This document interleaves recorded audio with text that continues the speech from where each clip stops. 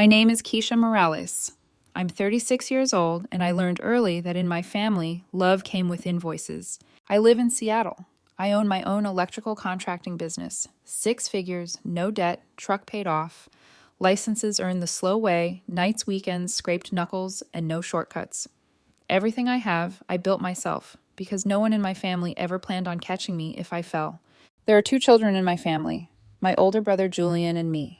Our mother died when I was 14. Cancer. Fast, ugly, and unforgiving. One minute she was packing lunches, the next she was gone. After that, my father didn't just grieve, he disappeared. Not physically, emotionally. And when he checked out, Julian stepped into the vacuum like he owned it. Julian was always the golden one. Loud, confident, reckless in ways that were somehow charming instead of punished. I was the backup plan, the responsible one, the one who adjusted, the one who didn't need help. After Mom died, the favoritism didn't fade, it intensified. Julian failed upward his entire adult life. Married into money. His ex-wife's parents owned car dealerships. They gave him a house, a job, a BMW. For 5 years, Julian lived like he'd won the lottery without buying a ticket. Then they realized what they'd actually invested in. The divorce hit hard. Within 18 months, Julian went from luxury living to scrambling for rent. My father, Roberto, is 67 now. Retired warehouse supervisor. Spent my childhood reminding me that Julian was the future and I was the safety net. After Mom died, he made it clear whose mistakes were allowed and whose weren't. I worked 3 jobs through community college, became an apprentice at 19, got licensed, started my business at 28. I never asked them for a cent, not once. That didn't stop them from taking. Over the years, I loaned money. Emergencies, shortfalls, just until next month. They never said thank you. They never paid it back. They just kept coming. I didn't see it as exploitation back then. I saw it as family.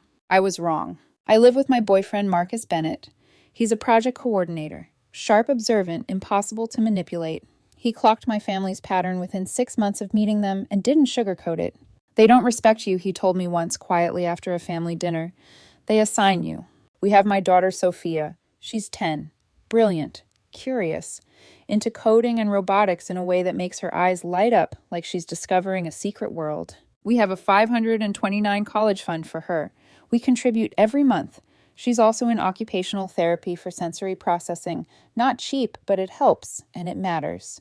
We're building something stable for her, something I never had. That matters later. 3 weeks ago, Julian called. Tuesday morning. No small talk. We need to talk about Lucas's future, he said. Lucas is his 17-year-old son.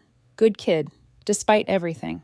Starbucks. Tomorrow, noon. I knew exactly what this was. Julian showed up 20 minutes late, wearing designer sunglasses and carrying a leather portfolio, like he was about to close a deal instead of ask his sister for money. Lucas got into Cascade University. Julian slid a folder across the table. Itemized costs. Numbers circled in red. Dorm, laptop, meal plan, books, miscellaneous. $35,000. I figure you can cover it, Julian said casually, just until I get back on my feet. I didn't touch the folder. No. He blinked. What? I said no. His face hardened instantly. That's a lot of money, I continued. Lucas has other options. Community college, transfer programs, scholarships, loans, none of which involve my bank account. Community college. His voice dropped. We're better than that. Then he smiled, the kind that assumes compliance. Besides, you're doing well. Marcus works. You can swing both kids' futures. Both kids. Like my daughter's future was community property. That money is allocated, I said evenly. Sophia's college fund. Her therapy. Not up for debate. Julian scoffed. Therapy for what? She's fine. Lucas actually needs this now. That's when something shifted in me. My daughter's needs are not your business, I said, and neither is my money. His mask cracked. So you won't. I won't. He stood so fast the table rattled. This is how you treat family. He said it like a contract, like obligation was love. What exactly have you done for me, Julian? I asked. Be specific. He grabbed his portfolio. You've always been selfish. Dad was right. Tell Dad I said hi. He walked out, leaving me with his $8 coffee bill. I paid exact change. That night, Marcus said what I already knew.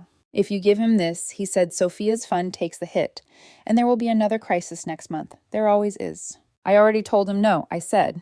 Marcus kissed my forehead. Good. Hold that line. I went to bed knowing one thing. Julian wasn't finished. People like him never are. Sunday dinner at my father's house was never technically mandatory, but skipping it came with consequences. Guilt texts, passive-aggressive voicemails, and weeks of concerned follow-ups about how distant I was becoming. It was easier to show up than to deal with the fallout. I usually arrived around 6. That Sunday, I finished a job early and pulled up at 5:30. Julian's Audi was already in the driveway. That alone set my nerves humming. Julian never came early. He barely came at all, unless he wanted something and he'd already asked. I parked, grabbed the small container of dumplings Marcus had helped me make, and headed toward the side entrance thinking I'd help my father with dinner. That's when I heard them. The window above the sink was cracked open. Just enough. So she flat out refused my father asked. Julian snorted, didn't even hesitate. Used Sophia as an excuse like her little fund matters more than Lucas's future. My grip tightened on the container. And how are you planning to pay for it? My father asked. Don't worry about the money, Julian said. His voice had that smug, rehearsed confidence I remembered from childhood. She'll pay. After Christmas dinner. A pause. You sure? My father said. She seemed firm. I'm positive, Julian replied. I've already got it planned. I leaned closer to the wall, heart pounding, but my breathing slow controlled. We'll have everyone there, Julian continued. You, Aunt Rosa, the cousins. You give the speech. Family legacy. Investing in the grandchildren. Plural. My father hummed thoughtfully. Aunt Rosa brings up how Mom would have wanted us supporting each other, Julian said. I'll have Lucas show his acceptance letter. And Keisha, my father asked. That's the key, Julian said lightly. We make sure Sophia's there too. The silence that followed was heavy. She won't say no in front of her own daughter, Julian went on. Not when everyone's watching. She won't want to look like the villain. My stomach dropped. Using both grandkids as leverage, my father said slowly. Smart. Julian laughed. Exactly. She'll cave. She always does. Then he added casually, like it was a fact everyone understood. Besides, Sophia's going to find someone with money to marry someday anyway. Lucas actually needs this. They laughed. Both of them. My hands didn't shake. That surprised me. I'd expected anger, hurt, some emotional explosion. Instead, something cold settled into place. And Lucas is carrying the family name forward, my father added. Real university. Keisha can handle helping both kids. She's the provider. That's her role.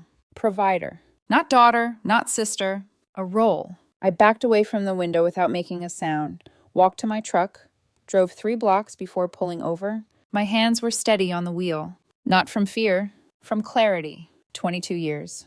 That's how long I'd been their safety net, their solution, their fallback plan. And this entire time, they hadn't seen me as family. They saw me as a resource. And now they were planning to use my daughter to access my wallet. I texted my father that a job emergency had come up and we wouldn't make dinner. His response came immediately. Typical. Work always comes first with you. Perfect. Let him believe that. The first call I made wasn't to Marcus. It was to my business attorney. I explained everything. The money, the loans, the Christmas ambush, the comment about my daughter, the plan to manipulate me publicly using Sophia as leverage. He didn't interrupt. When I finished, he exhaled slowly. Keisha, he said, what they're planning is textbook manipulation. What are my options? I asked. Well, he said, shifting into professional mode. Those loans you've given Julian. Do you have anything in writing? Yes, I said. Texts. Promises to repay. Good. Small claims caps at $10,000 in Washington, but you're well past that. District court. Straightforward debt collection. You're sitting at over $40,000 from him alone. And my father, he paused. If there's written acknowledgement of repayment expectations, we can pursue that too. There is. Then here's what I recommend, he said. Start documenting everything. Every call, every text, every attempt at contact. If they continue harassing you or try to use your child as leverage, we can pursue an anti-harassment order. Courts don't play with that. Something clicked in my chest. Not rage. Not grief. Protection. Let's file after Christmas, I said, when they think they've won. He chuckled softly. Strategic. I like it. I hung up feeling something I hadn't felt in years. Armed. That night, my phone rang again. Portland area code. It was my aunt, my mother's sister. We weren't close, but she didn't call unless something was wrong. Keisha, she said, skipping pleasantries, your father's been running his mouth. About what I asked. Money. Christmas. You. She sighed. Julian's been whining, and your father's acting like he's organizing a fundraiser. My stomach cooled further. So it's real, I said. They've been setting you up for years, she replied. I should have said something sooner. Tell me what you heard. She hesitated, then spoke. Last Thanksgiving, your father bragged about how you paid for his furnace like it was a clever trick. Then I heard him tell Julian, it's easy to get money from her. Just mention your mother. She paused. And the way they talk about the kids, it's ugly. Lucas is the legacy. Sophia barely comes up. That was it. No more doubt. No more benefit of the doubt. Just math. They're planning to ambush me at Christmas, I said. Public pressure. Using Sophia. That sounds exactly like them, she replied quietly. Your mother would have hated this. I'm handling it, I said. Thank you for telling me. When I hung up, I didn't cry. I opened a spreadsheet. Every loan, every transfer, every promise. Christmas was 3 weeks away. They expected me to fold. By Monday morning, I wasn't angry anymore. Anger is noisy, sloppy, it makes you react instead of plan. What I felt was quiet, precise. The first thing I did was exactly what my attorney told me to do. I started documenting everything. Screenshots, call logs, voicemails, dates, times, context. I treated my own family like a hostile contractor dispute because that's what they'd turned themselves into. Then I did something Julian never expected. I went around him. I called Lucas directly. Hey, Aunt Keisha, he said when he picked up. His voice was cautious. What's up? Want to grab lunch? I asked. Just us. Don't tell your dad. There was a pause, a long one. Sure, he said finally. He'd lose it if he knew. That's his problem, I said, not yours. We met the next day at a small faux place near his school. Lucas showed up early, hoodie zipped all the way up, eyes darting like he expected Julian to burst through the door at any second. We ordered. Small talk first. School, friends, graduation coming up. Then I asked the question Julian never had. So I said, where do you actually want to go to college? Lucas stared down at his bowl. Cascade, he said slowly. That's where Dad wants me to go. What about you? He looked up genuinely surprised. I'm interested in cybersecurity, he admitted. State Tech has one of the best programs, but Dad says business degrees are safer. My chest tightened. You code, I asked. His face lit up despite himself. Yeah, Python, Java. I built a basic security platform just to see if I could. He talked for 10 minutes straight. Passionate, smart, focused. Nothing like the future Julian was selling. Did you know State Tech has merit scholarships, I asked. Lucas froze. Dad said I wouldn't qualify. He lied.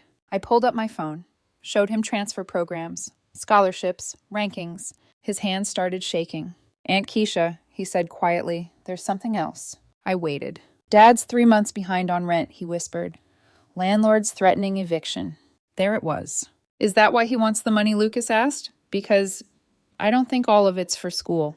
I met his eyes. No, I said, it's not. Lucas swallowed hard. There's more. He leaned in, voice dropping. Remember the $5,000 savings bond Grandpa gave me when I was 12 for college? Yes. Dad cashed it last year, he said. Said it was for application fees, but I found the bank receipt. We didn't spend that much. Something in me hardened permanently. Julian hadn't just asked me to fund his son's future. He'd already stolen from it.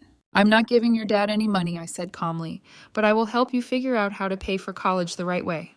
Lucas exhaled like he'd been holding his breath for a year. When I dropped him off, Julian was waiting on the porch, arms crossed, furious. That night, my phone exploded. 8 calls from Julian, voicemails cycling through rage, guilt threats, and fake concern. Texts from my father about disrespect and turning Lucas against his family. I didn't respond. I saved everything. Then I opened my spreadsheet again. 6 years of loans to Julian, $42,000, repaid 0.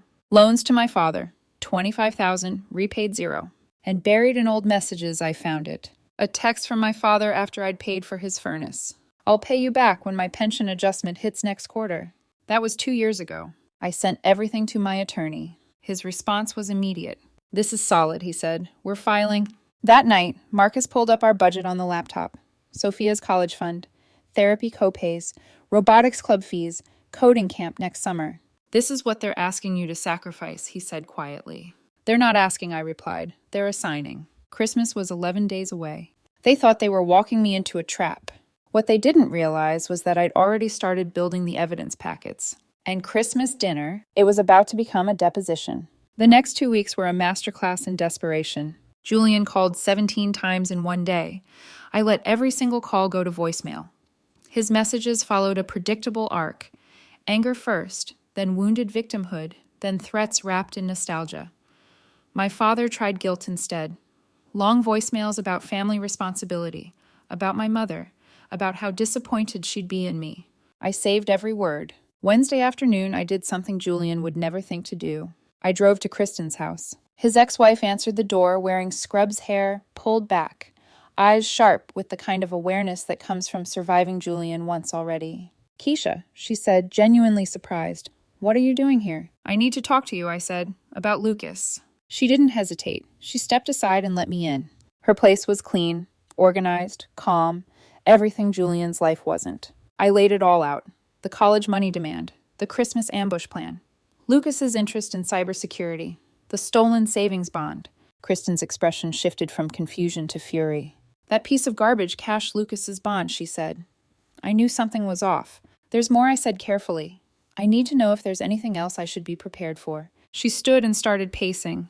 "Keisha," she said finally, "Julian's been telling Lucas for months that you refused to help with college before he even asked you." I closed my eyes briefly. Of course he had. And she continued, voice shaking. "Now he intercepted Lucas's acceptance to State Tech 10 months ago. Full scholarship. I helped him apply. Julian told him he got rejected." My blood went ice cold. "He's been sitting on it this whole time?" I asked. "Yes," she said. "He wanted Cascade because it let him squeeze money out of you." That sealed it. Kristen stopped pacing and looked at me directly. "You expose him," she said. "I'll back you. Lucas deserves better." "So does my daughter," I said. She nodded. "I've noticed how your father treats them differently. Lucas gets praise. Sophia gets ignored." I thought maybe I was imagining it. You weren't. Friday night, I met Lucas again and showed him the State Tech acceptance email, still valid. He stared at the screen like it might disappear. "He hid this," Lucas whispered. "Yes," I said, "and now you get to choose." We spent hours filling out scholarship applications, backup schools, work-study programs. Watching him write his essays reminded me of myself at his age, hungry, focused, desperate to escape the gravity of family expectations. Saturday, my cousin called. "They're telling everyone you're refusing to help your nephew," she said, "painting you like a villain." "Let them," I replied. "Anyone who believes them without asking me isn't worth keeping." That night, I printed 6 packets. Bound, tabbed, labeled. Each one contained rankings, acceptance letters, bank receipts, loan ledgers, text messages promising repayment. Marcus flipped through one and shook his head. "This is brutal," he said, "in the best way." "They wanted public pressure," I replied. "I'm bringing public receipts." Christmas was 5 days away. They thought I was walking into their trap. Instead, I was walking in with documentation. Christmas Eve arrived without drama, which should have been my first clue. I woke up calm, not numb calm, the kind that only comes when you've already accepted every possible outcome and prepared for all of them. Marcus made breakfast while Sophia sat on the floor with her new coding kit, completely unaware that she was about to walk into the emotional equivalent of a minefield. "You sure about bringing her?" Marcus asked quietly. "They plan to use her," I said. "She deserves to see the truth, the age-appropriate version of it." I dressed deliberately. Black jeans, dark gray top, leather jacket, nothing flashy, nothing apologetic. The evidence packets went into my messenger bag, 6 of them thick and undeniable. We arrived at exactly 2 o'clock. Julian's Audi was there, my aunt's Lexus, cousins' cars lining the street. The house smelled like ginger soy sauce and tension. My father opened the door, glanced at the small gift bag in my hand, and couldn't hide the flicker of disappointment. "Right on time," he said, like punctuality was a flaw. Sophia ran ahead toward the tree. Inside, Julian was already performing loud, laugh-wide gestures, the charming host routine he used whenever he needed witnesses. Lucas stood near the fireplace, stiff eyes darting. My cousin caught my eye and gave a subtle nod. "Back up." Julian noticed my messenger bag immediately. I saw the calculation in his eyes. He probably thought I'd brought a check. "Hey, sis," he said, fake warmth dialed all the way up. "Merry Christmas." "We're not doing this," I said calmly. His smile faltered. "Doing what?" "The performance," I said. "I know what you planned. So does Lucas." The crack was small, but it was there. Dinner dragged. Passive-aggressive comments floated through the room like smoke. College expenses, family support. Back in my day, stories that all somehow landed on me. My father spent 10 full minutes talking to Lucas about college. 90 seconds with Sophia distracted, already looking away. I saw my daughter notice. I saw her shoulders dip. Then she handed my father the card she'd spent days making. "I love you, Grandpa," written carefully in uneven letters. He glanced at it, said, "That's nice," and set it aside. 2 hours later, I saw it under someone's dirty plate. That was it. Julian stood and raised his glass. "I want to make a toast," he said, "to family, supporting each other, investing in the future." He pulled out a glossy Cascade brochure. Lucas has some exciting news. The room turned. Lucas looked like he wanted to vanish. Lucas got into Cascade's business program, Julian announced. Huge opportunity. Makes us proud. Polite applause. And of course, Julian continued locking eyes with me. College isn't cheap. Keisha wanted to say something about helping. Silence. The ambush. I took a sip of water, set the glass down slowly. Actually, I said, since you brought this up publicly, let's handle it publicly. Julian blinked. Right, so. Before that, I interrupted, reaching into my bag. Lucas has something to share. Lucas swallowed, then straightened. I got accepted to State Tech 10 months ago, he said. Full scholarship. For cybersecurity. The room erupted. Julian snapped. We talked about this. Yes, Lucas said, voice steady. You told me I was rejected. You lied. I started handing out the packets. Everything's in there, I said calmly. Rankings, acceptance letters, the scholarship Julian intercepted. Julian opened his mouth again, and I continued. There is a bank receipt showing he cashed Lucas's $5,000 college bond last year. My father's hands started shaking. There's also a ledger, I said. $42,000 Julian owes me. $25,000 my father owes me, all in writing. The room was dead silent now. You plan to use my daughter as leverage, I said evenly, to pressure me into paying money Julian intended to use for rent. I pointed to the kitchen counter. That card Sophia made you. You ignored it. I grabbed my jacket. This isn't legal service, I said. That comes Tuesday. Marcus stood. Sophia followed. My cousin rose too. One last thing I added.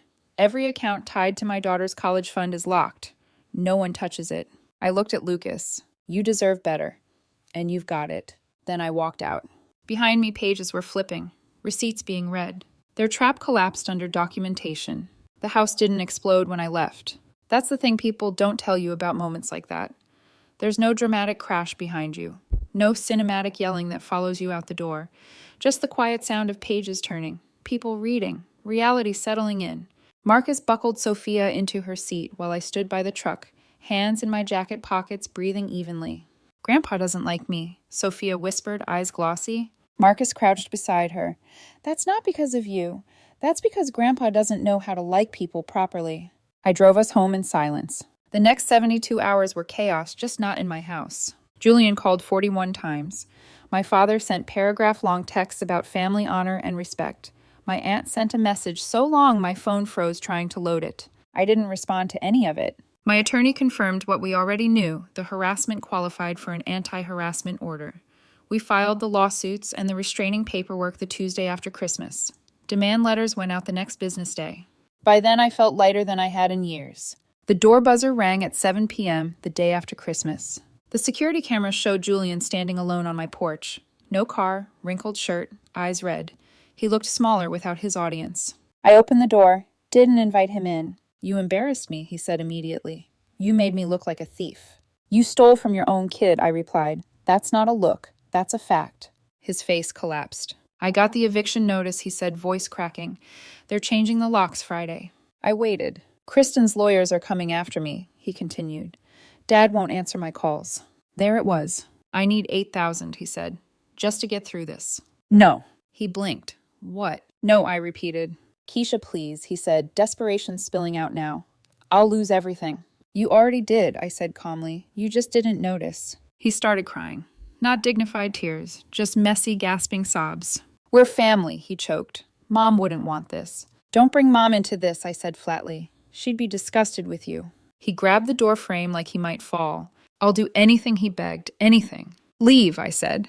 Please. 10 seconds, I replied. He stared at me, waiting for the old version of me to cave. I didn't. By 6, he was backing away. By 5, he was yelling. By 4, I was dialing. He fled down the steps, sobbing, calling me heartless. I locked the door and went back to the couch. Ate leftover turkey. Felt nothing. Marcus came out of Sophia's room later. She asked if you were proud of her, he said softly. I told her you protected her future. That hit harder than anything Julian said. 2 days later, Lucas texted, Can we meet Dad's losing it? We met at the same faux place. I told Mom everything Lucas said. She's filing to modify custody, pressing charges about the bond. He smiled, nervous but steady. I'm accepting State Tech, full scholarship, work study in IT. I'm proud of you, I said. He exhaled. The family split after that, predictably. Receipts tend to do that. What hurt most was Sophia. But he's my grandpa, she said one night. Why doesn't he love me? I knelt in front of her. Being family doesn't give someone the right to make you feel small. She thought about that, then nodded. January arrived quietly. No more ringing phones, no surprise visits, no emotional landmines hidden inside, just checking in messages. The lawsuits did what boundaries alone never could. They enforced silence. Julian was served at a gas station. The process server's body cam caught his face. Mid-rant, mouth open, confidence evaporating. My attorney forwarded me the clip with a single-line textbook. My father was served 2 days later at the diner, where he met his retired buddies every Thursday. One of them texted me afterward. Your dad didn't look good. Real purple in the face. He sent me a 5-paragraph message that night about family honor, respect, and how the money had been gifts. The text he sent 2 years ago promising repayment said otherwise. Julian tried mediation. Showed up with a public defender. I had my attorney and documentation. 10 minutes. That's all it took. The mediator slid the evidence across the table. The bank records, the texts, the ledger. Do you want to take this to trial? She asked Julian. His lawyer whispered in his ear. Julian's shoulders slumped. Settlement full amount. $42,000 plus court costs. Payment plan.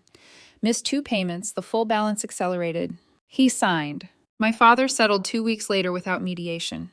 Paid the full $25,000 in one lump sum from his retirement. Folded the moment he realized the case would become public record. He couldn't stomach his church friends seeing it. His final message said, "You've destroyed this family." I didn't reply. He tried FaceTiming Sophia twice after that. Sent a birthday card with $50 like that could fix anything. I sent it back unopened. Marcus asked if I felt guilty. He had 10 years to treat her like she mattered, I said. He chose not to. Now he doesn't get access.